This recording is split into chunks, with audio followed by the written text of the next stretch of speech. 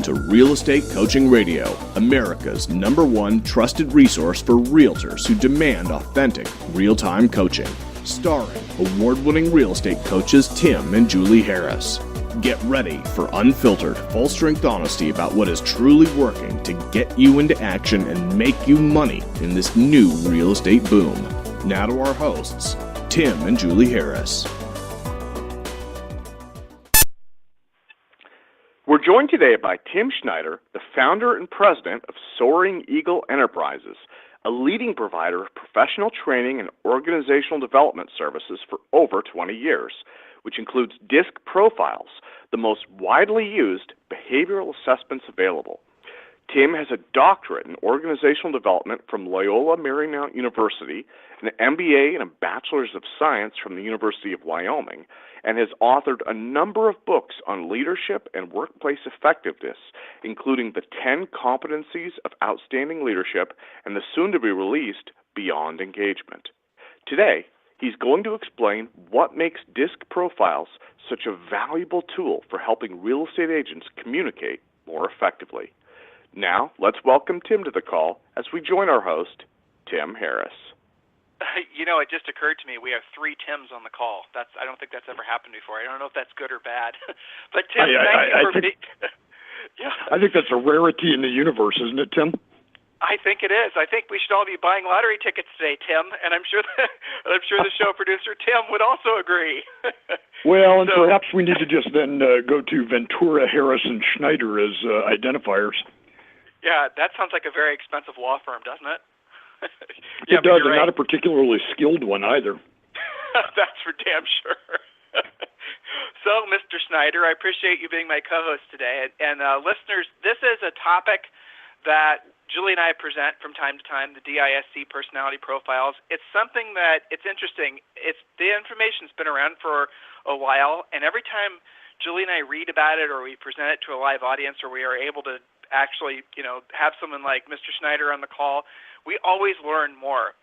So those of you who have been exposed to DISC before, especially from this radio show or any other place for that matter, I strongly encourage you to pay very close attention because you will definitely be picking up more little nuances in how to use DISC to, it's interesting. We always, Tim, we present to salespeople. That's primarily what our audience is, realtors, people who are actually boots on the street selling. But the reality of it is if they can really get a good grasp on what DISC is, it not only will essentially put them in a position to make more money, help more people, but also improves their lives on a very personal level. So for all that, I really appreciate you being my co-host today. Oh, and Tim, you're absolutely right. The science involved here is not just specific to how someone communicates or how someone sells, but it also has some life-changing kind of impacts as well. Well, I remember the first time I learned this, and I tell this story too because it's good to put it in reference. I was in my 20s, and I came across this information. I don't even remember where, and it was such an epiphany for me because for the first time I realized why it was that I was only able to effectively communicate with certain types of people, and then the DISC information sort of just was this light bulb in my head and made me realize that. Definitely I was abnormal or normal or just, I wasn't, I'm a high D expressive, right? So there's not a lot of high D expressives out there. And so when I was trying to communicate with other people that were, say, for example, on the amiable side, I wasn't necessarily going to click with them unless I learned how to communicate with them the way they wanted to be communicated with. So, could you give us a little background on DISC? Tell them about where the research originally happened, and we'll just approach this like they don't know anything, and then we'll kind of drill down on some of the meat. Perfect. DISC is an acronym that stands for Dominance, Influence, Steadiness, and Comprehensiveness. And the science is a relatively old science. It was developed based on something called Marston's model of behavior. And Marston was a behavioral scientist that originally identified 3 primary behavioral types. And from there, he drilled down and found the 4th behavioral type. And over the years, this particular science has been validated over 30 million times. And it's probably the leading behavioral assessment tool that's available for anybody to use. We've been using it for in excess of 15 years in our leadership development, communication work, our coaching work, and we've had tremendous results with it. And Tim, the newest version of it, the version that I've worked with you and Julie with, is an absolute outstanding instrument because it uses a technology called adaptive testing, which means that, compared to 20 years ago when you scratched some information off and did some self-scoring, this new version, if it finds any conflicts in your responses or any conflicts in your answers, it'll continue to feed you some questions until it gets clarity, and it really produces an incredibly accurate look of your behavior and your personality and how it impacts others and how it impacts your life. It's interesting. What you're describing basically is an algorithm that makes it so that if people are wanting to have the results be a certain way, the algorithm basically ferrets that out, and they end up getting their honest results. And in sales environments where you're presenting this information to agents, let's say, it is interesting how all of them seem to think that in order to be successful, you have to be a driver personality type, and that's. Do you come across that when you're presenting this information to non-sales people? They all try to put themselves in one bucket because they, for whatever reason, think that's an attribute? Yeah, they think that a particular job type or maybe even a particular boss is looking for a certain personality or a certain behavior. And indeed, what you described, Tim, that algorithm protects that. And when it finds things that are different from their natural tendencies, it'll keep validating until it gets the right approach on that. That's awesome. Yeah, so I can definitely see the advantage versus just the old, fill out check mark on a 5-page form. And by the way, listeners, a lot of you are going to be very intrigued by this, especially if you've not been exposed to this or not really continued your education about DISC. And we are going to include a link where you can actually go and take your own DISC test using this new algorithm. So what do you find when you're presenting this to salespeople? What do you find usually the biggest epiphanies that they have? It's very similar to what you described that you discovered 20 years ago, and that is that their communication style and their communication approach is indeed unique to them, and it isn't universal to the general public. And when we talk about it, there's two really important learning parts associated with DiSC science, and that is first understanding yourself, but then, most important, understanding the impact that your behavior and your style has on others. And for salespeople in particular, what we found is an incredible increase in the relational nature of sales that leads to more closings. We've even had folks report that the degree of trust between salespeople and their clients has grown dramatically simply because salespeople have taken the step of adapting and modifying their communication approach to their clients and their prospective clients. So where do you, you have a lot more experience at presenting this than I do. You're an expert at this, if anybody is. Aside from, here's an interesting, kind of where I'm leading. Dr. Merson's research had been used and reused and changed and relabeled and sort of manipulated through the 80s. There's all these different, ways that the same information was basically repackaged. Was there, so you mentioned the fact that these, you've developed this algorithm which basically makes it so people will get a truer sense of what their true personality type is. All this information that came after that, mostly during the late 70s and the 80s, was there any, when I hear people referring back to that information, thinking that they understand DISC, I often find that information watered down the true essence of what DISC was. Can you talk about that at all? It did, and you know what? There's a couple of watering factors there, Tim. Indeed, some of the approaches that were looked at in the 70s, 80s, and 90s absolutely had no scientific validity associated with it. There were people that tried to angle it culturally. There were people that tried to angle it with age biases built in. And the reality of it is, it was not true to Marston's original research and his original behavioral findings. The version that's in play now that's published by Wiley Publishing, and that's the version that we use and the version that we're offering and working with your clients on, is really the one that is the truest back to the original model. It's the circular model. It includes the influences of all the different styles, not just one primary style, and it really does remain pure back to the original science of Marston. The ones I get the most kick out of is and you can see it, things like color code and which Star Wars character are you. Those are all built on Marston's model in some strange kind of way. Not a valid way, but in a strange kind of way. Right, exactly. So versatility, right? Being able to know who you are and easily and effortlessly be able to communicate with all the different personality types. Is that sort of the ultimate goal with understanding DISC? So how does someone get to that? Describe that so the listeners understand. Yeah, and I'll add a little bit up front on that too, Tim. What we found is that in about three primary areas, leadership, sales, and customer service, the absolute most successful people in those types of functions are the ones that actively and openly chameleon their style to meet the needs of others. And to do that, you first have to have a very clear understanding of what your stylistic approach is, and then you have to have the openness and willingness to listen and lock in to some of the clues that others give to you. I've always contended that the world would be a great place if everybody wore a name tag that said, "Hi, I'm Tim Harris, I'm a high D, please get to the point." But without that, we have to do some stylistic adaptations kind of on the fly. And we have to read clues, we have to lock into the listening, and we have to openly modify our approach to the person or persons we're interacting with. And that's a lot of art in that, Tim, in addition to the science.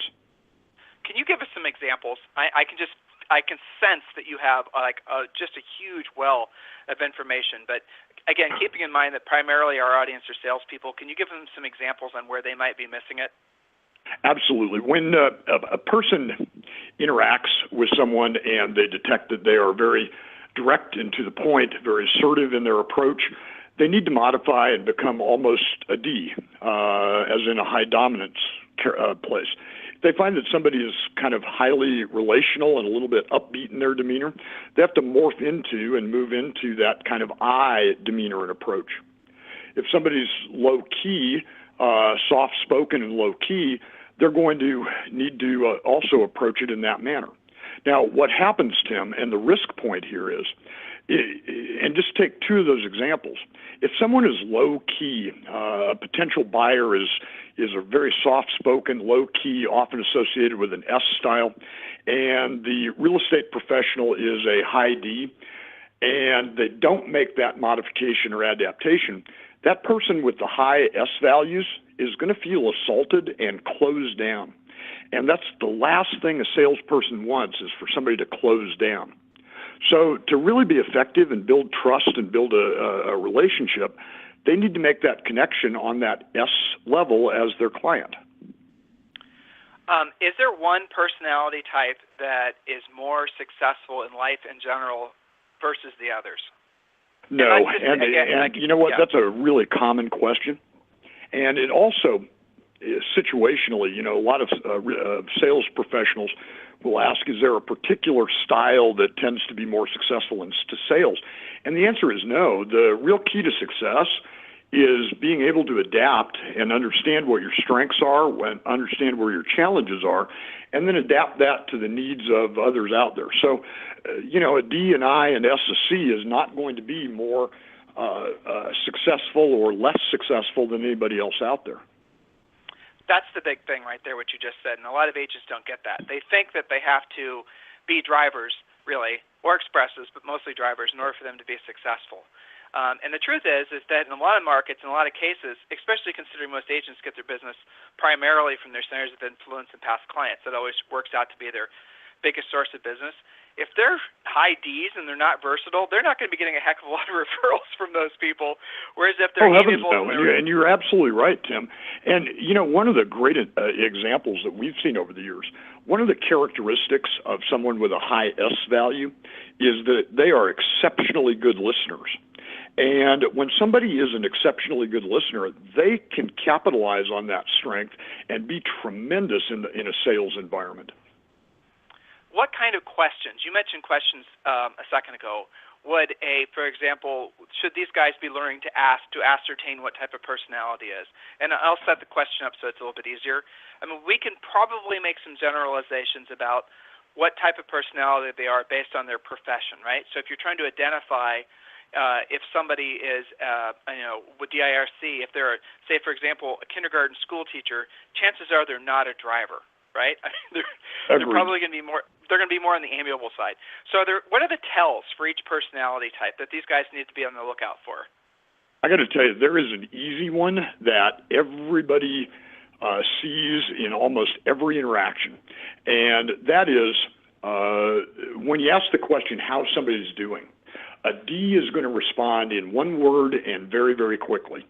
An I is going to give you multiple words also quickly, and an S and C is going to respond after they pause to determine if you're sincere in the question or to determine the accuracy of their answer. That's one of the biggest tells that people give. The other one that is always very, very telling is pace of interaction. D's and I's tend to move very, very rapidly, while S's and C's tend to be much more methodical, both in their voice pace and in their response pace. Is there a personality type that struggles the most with being versatile? If there's one, you understand the question. Yes. There's one combination, actually. When somebody combines a high D value and a high C value, there's a huge amount of egocentricity that goes along with that. And they will tend to, or at least in our findings, they will tend to be a little bit less desirous to adapt than others. You know, that is really interesting. I never thought about that. Can you talk a little bit more about that? Now, this is strictly Sure. for my edification, but at this point, that's interesting. Well, what that particular style does, that high D and high C, it combines the very strong, assertive dominance characteristics with the conscientiousness characteristics of having all the answers. So what you have is a know-it-all that's aggressive. That's great. I read. Yeah, go ahead. And you know, I was pretty polite when I said egocentric, but there are some other descriptors of that aren't quite so courteous. Well, so let's talk about that because that's kind of funny. What would a high D with a secondary personality type? Sorry if I'm not using terminology right. I pretty much guarantee you I'm not. How would that person present? How would someone recognize the fact that they're dealing with someone like that? They would find that in a real estate sales environment, what you'd end up with is that customer who knows more about the real estate business than you do. And the individual is going to talk over you, and they're going to absolutely drown you with their inane knowledge of real estate. Right. So they're going to have done their own research. Even though they hired you to perform a service, they're really not going to listen to you. You know, it's interesting. That is probably. Now I think about it, when I think about all of our coaching clients, that is a common issue that they have with people like that just won't listen, even though they hired them to perform a specific service. So, well, and you add to that, Tim, the proliferation of Internet information, and so their desire to be an expert is now magnified 10 million times because they can research every article out there ever written. So, you know, I read this statistic, and I don't know if it's right or not, Tim, but it's kind of funny that of the researchers have studied people in prison, and the most common personality type of people in prison, I read this like a few times. It could just be the same article reprinted, right? But were drivers. Have you ever read that before? I have seen that, and I've also seen work on certain social settings as well. I even saw one not horribly long ago about the most common personality types within a nursing home environment, too. And the only issue I have with those, Tim, is the fact that the populations are relatively narrow in terms of the scope of the study and things like that. And when you start looking at the general population, you know, and when you're talking about a sampling size of 30 million plus, you can get a pretty accurate sample out there, and it's pretty evenly distributed with the exception of S's, who represent a smaller minority of the population. Okay, so that's interesting. Now, that's different than they were talking about like 20 years ago. 20 years ago, it was that the S's were the most common personality types, and the D's were the least common, and you're saying that's not true? That is not true. There's almost an equal distribution, Tim, between the D's, the I's, and the C's in general population, and S's then would represent the smallest percentage. Wow, that's fascinating. So the S's are actually the least common personality type. Well, that's new information. Yeah, and that's only by about a 7 to 8% margin, though, too. I mean, it's not really a significant gap. And then the other thing that I would kind of hang my hat on that research is, because the plurality of DiSC profiles are done in a working setting, that may slightly skew that just a little bit. Marston believed there was almost an equal distribution among all, and he may well be right with that. So when you're doing, like, for example, the testing of, again, just helping salespeople, helping these guys understand the importance of really at least going down the path of mastery of this, what would be like the things they could be doing on an ongoing basis? Again, most salespeople, at least salespeople I've ever tested, and Tim, feel free to throw in if I'm not saying something correctly, but most salespeople, at least the successful ones I've ever tested, they definitely do seem to be prominently D's or I's. First, let's just level off there. Has that been your experience? Yeah, absolutely, it has. You know what, and Tim, and that's an absolutely perfect example that an environment will attract certain behavioral types. So to be a professional and successful real estate salesperson, you have to have a certain drive, you have to have a certain charm in your personality, so that type of behavior is going to migrate to that. The opposite, I mean, if you think about the converse, if you're going to be a bookkeeping professional or an accounting professional, the same dynamics associated with a well-run real estate office is not going to appeal to them, and they're not going to want to go there, and they're certainly not going to be successful in that. Well, so here's what's interesting, though, and I think you'll agree it's important that we make this point. You don't have to be a driver or an expressive to be a successful realtor. And no. We touched on this a second ago. Matter of fact, in some cases, it might actually be an attribute that you're not prominently a driver or an expressive. And furthermore, there were presidents and world leaders that are of all different personality types. And this is the egocentrism that comes from agents who are drivers who think that basically that means they should rule the world. And right. I mean, our current president, what would you say? Probably analytical, prominently. Yeah, I would say he's a CS or a strong C, pretty easily. He's pretty versatile, though, yeah? He is. He adapts pretty well. I've seen the I come out in him. I have never seen the D really, at least publicly displayed. And it is interesting when you start applying that science to public figures like that, and you come up with a lot of different impressions and a lot of different things. Like what? I mean, that's a huge topic right there. So what have you seen if you just think about this as far as what you just said, personality types of the public figures and, world leaders and whatnot? Well, I tell you what, it's all across the board. And again, it kind of validates what you just said, Tim, is there's no real particular style that drives success. We all tend to think that our own style, for whatever reason, is the most beneficial.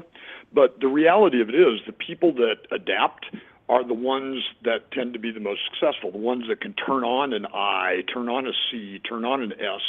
They tend to be the ones that are going to be the long-term most successful in whatever path they choose, and especially in sales.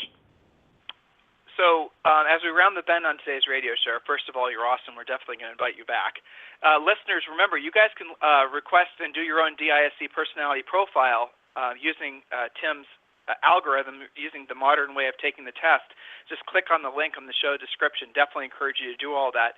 And just so you know how strongly we believe in what he's selling, we use this in his test for our entire team and other people we consult for. We also have them, this is something that's really key. And it's not just for sales professionals. You should also be doing DISC profiling for anyone and everyone you add to your business, because really it's going to give you a good indication. Well, I'll give you an example. A company that I consult for that's not even in the real estate industry, our head admins, I thought for sure were going to be analytical, and they both tested expressive, which was unusual. Actually, I'm going to ask you a question. Julie has a theory. My wife has a theory that musicians, that there's a weird personality type that combines expressives in analyticals that would be common in, say, for example, a stage performer of, say, classical instruments or anything like that. Have you ever come across any information to validate that?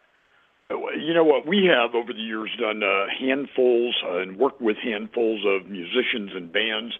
And, you know, like any other group, they kind of run the gamut. But what you described, there is a certain dynamic that combines. They tend to be more on the C and S side than they do the I and D side. So, indeed, there is an analytical piece to it. There's a criticality piece to it that's often associated with those C and S factors. Culturally, you touched on this too. Do we find that when you test, say, for example, different cultures, that they do have a tendency to fall on one particular side, or is that just because, for example, culturally they're raised to act and behave in a certain way? Do you understand the difference? Like if you test them and they're, you know what we found is that as we speak right now, there has not been a huge cultural influence, and the one that surprises people the most, there's not a huge age strata difference either. And, you know, a lot of people speculate that cultures or, you know, millennial generations are going to be much, much different in their norms. And in the reality of behavior, that just doesn't play out. Cool. Excellent. So listen, listeners, here's what you need to be doing. You need to seriously be considering taking this test. If you've taken it before, which I know a lot of you have, or if you've been exposed to it, if you've heard somebody present on it, even if you've heard Julie and I present on it, which I know a lot of you have, you still want to be taking this test. You know, it's truly life-changing. It is. At least it was for me, and I know it was for Julie. And every single day we've integrated into literally every conversation we have about coaches, about employees, about coaching clients. It's always like one of the first things we talk about is what's the personality type of that person. Because it does, if they're not versatile, if they haven't been educated on this stuff, there is a really good chance that the problem that they're having to solve a problem is really rooted in their lack of versatility. So you guys start on this path of understanding this. I promise you it's going to be one of the most significant things that you're going to learn. So, Tim, I've got to wrap because I actually have another radio show to get to, but I really, really appreciate your time on the radio show today. Anything else you'd like to say to our listeners as we round the bend? Tim, it's been my pleasure, and I look forward to talking to you again about it. And we're definitely inviting you back. So in front of maybe even as many as 100,000 listeners, I have your commitment to come back? Absolutely, yeah. It would be my pleasure. All right, thank you. Have a fantastic day, and listeners, we'll talk with you on the radio tomorrow. Thank you, Tim. Bye-bye. This program has been a presentation by Tim and Julie Harris, Real Estate Coaching. For more information on our real estate coaching and training programs, visit our website at timandjulieharris.com. Remember to tune in weekdays at noon for upcoming shows, and until next time, thank you for listening to Real Estate Coaching Radio with Tim and Julie Harris.